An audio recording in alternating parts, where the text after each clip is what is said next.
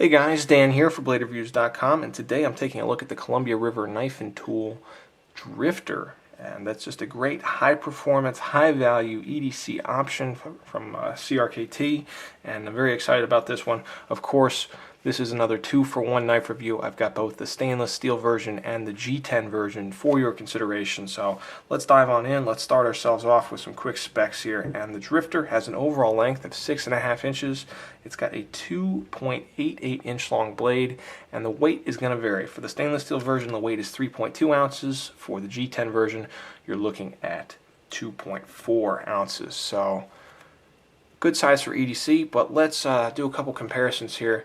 Zoom out first a little bit and let me show you what a Benchmade Rutillion looks like next to a Drifter, and you can see pretty comparable size. And then here is my Spyderco Dragonfly, which is going to be a little bit smaller than the Drifter, but you know, we're right in the money here for a nice little urban EDC kind of knife. So with that said, let's take a look at the blade, and I'd like to start us off with the satin finished blade on this stainless steel handled version. And yes, you've got a very nice satin finished blade here. You've got a drop point design with a nice little swedge along the top. You get a high hollow grind about 3/4 of the way up the knife. There is a little bit of a recurve here, which I'm not always a big fan of, but this is a pretty mild recurve, so it should be easy to sharpen, especially if you're going to use something like a Spyderco Sharpmaker, a rod style sharpener. And you get tons of belly and a pretty nice little tip here. A nice tip considering the size and intended use of the knife. So I like this blade shape a lot. Let's compare it with the blade on the G10 version, and you can see as far as shape goes, they're exactly the same thickness, same blade stock. Only difference here is you've got a nice titanium nitride coating here, kind of a gunmetal gray. I really like the look of it. Very handsome, very well done. Pretty durable coating too, so it's definitely going to hold up pretty well for your EDC type tasks.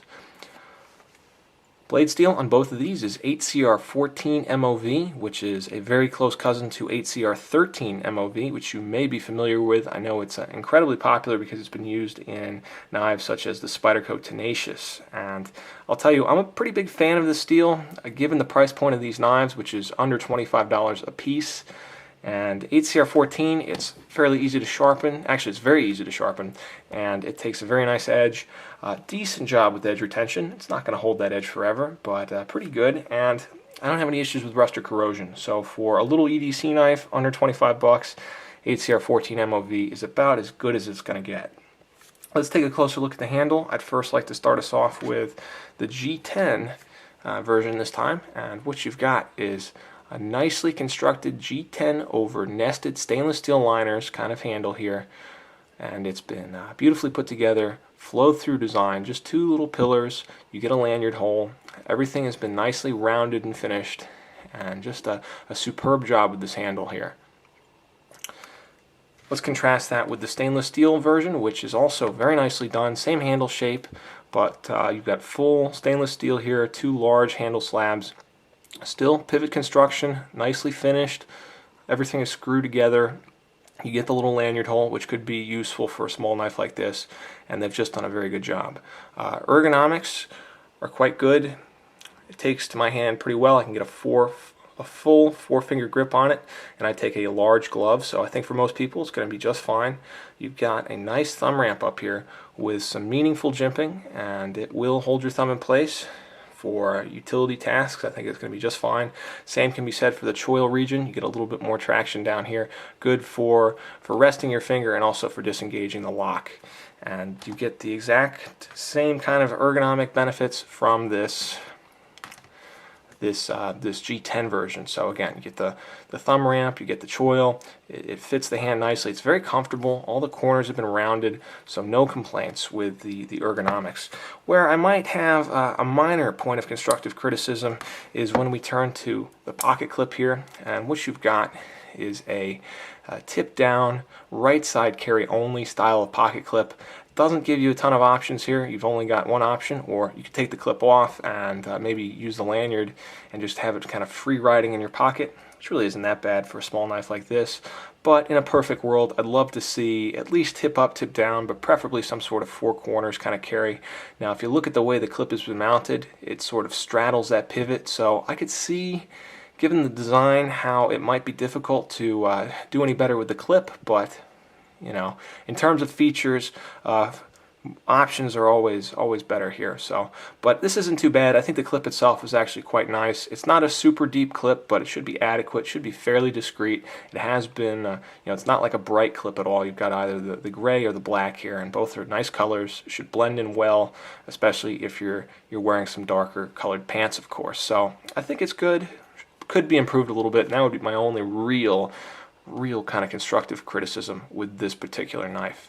Let's examine the deployment here, and for both knives they use ambidextrous dual thumb studs, and both very easy to get at, as you can see, and I'm left-handed, so you know, I'm amazed. I can barely walk and chew gum, so opening two knives at once, that's quite an accomplishment for me.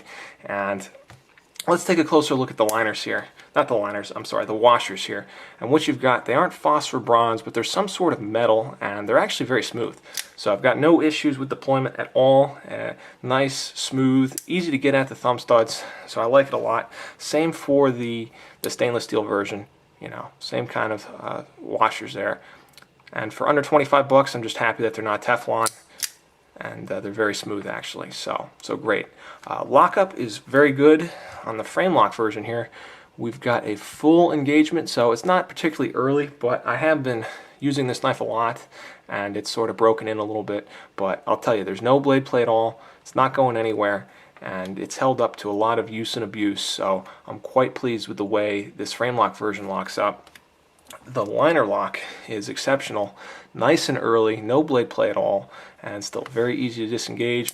None of these locks stick or anything like that, so they've done a great job here. These are awesome little EDC knives if you're looking for something small, but totally usable for under 25 bucks. I think either of these knives make a good choice.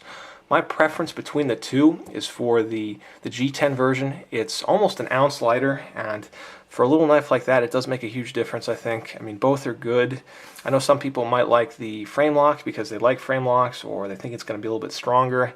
For little knives like these, honestly, guys, I think that the strength is going to be about the same, especially consider what you're going to be using it for. So for me, I like the lighter version, but let's face it, you can't go wrong with either one or even both. So if you like them, I suggest buying them. I happen to like mine a lot. Alright guys, that's the review. Thanks so much for watching. Let me know if you have any comments or questions. Again, this is Dan for BladeReviews.com. Thanks again everyone, take care, and I'll be back soon with another knife review.